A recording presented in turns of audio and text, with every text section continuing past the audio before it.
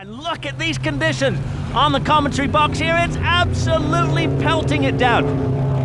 And there's no question about it right now that this track is almost undrivable. Wet or dries, the 52 Lotus goes up there. Robert Ross just managed. Now this is down at Knickerbrook. That's the number 8 Celine, the 9 is coming down in towards it. Oh my God, that is a massive shunt between the number 9 and the number 8 Celine. Two cars, the teammate cars in the same stable, and they have made a serious contact. That is the Viper, I think, just up there. Steve Watson, number 38. The Marshal needs to be getting out of the way. And oh my God. Wow, we just hope that he's managed to be okay. And we see the Ferrari spinning off there, and he has gotten up. The Lister just getting through on its wet tires. We see Mike Newton there, I think it was just running off from the number 9 car. The 55 TVR hits the Ferrari and the Celine and the Viper. Simon pulling in that car. Well, and this is Shane Lynch. Now he's going off just before the previous chicane, before we get to Hilltop, coming out of Fulston.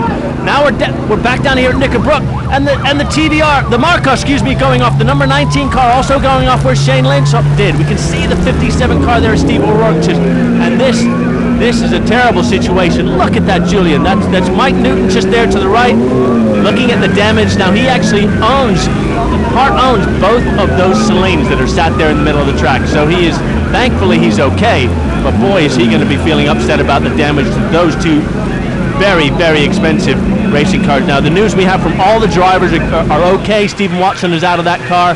Mike Newton's out of the car. Simon Pullen is out of the car. The 79 Porsche going off with Julian. This is just unbelievable. Red flags are out. They're calling a halt to this, not a moment too soon. Well, we can see that he's just stranded there. You can see him just trying to move that car, number 8 car, out of the way at the last minute, but he can't. He stalls it, and wow, this was a hell of an impact. Boy, oh boy, they were both very, very fortunate. But completely passengers. There's absolutely nothing they could do about that. We're on board now with Mike Newton in the number 9 car. You can just listen. You can hear the revs just spin up. There's no grip at all, and he's just a complete passenger. Wow, you just saw that yellow flag there on the outside, but you couldn't see that or the car down in the distance, could you? Well, I'll tell you, I've had that happen to me before. There's nothing you can do about it. Once you've lost control like that, the inertia just takes you wherever you're going. But here's the escape. I've never seen anything like this. This guy is very, very lucky. Yeah, he's oblivious that the car's coming up behind him. He's been told to get out of the way. Amazing how he just managed to flip over the back of that car. I can't believe it.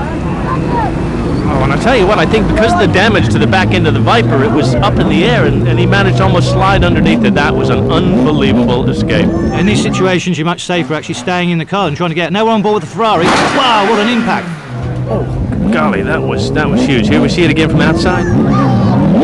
And that was on board with the Ferrari that was stationary when it got hit by the 55 TVR there, which was coming down from the Hilltop. Like all the major damage here has been caused from the top end of that hill.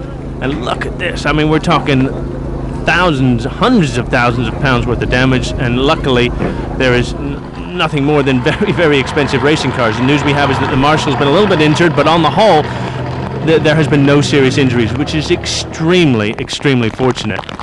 Well, in these conditions, obviously no racing can take place, and they've got a heck of a lot of cleaning up to do to get this track race ready.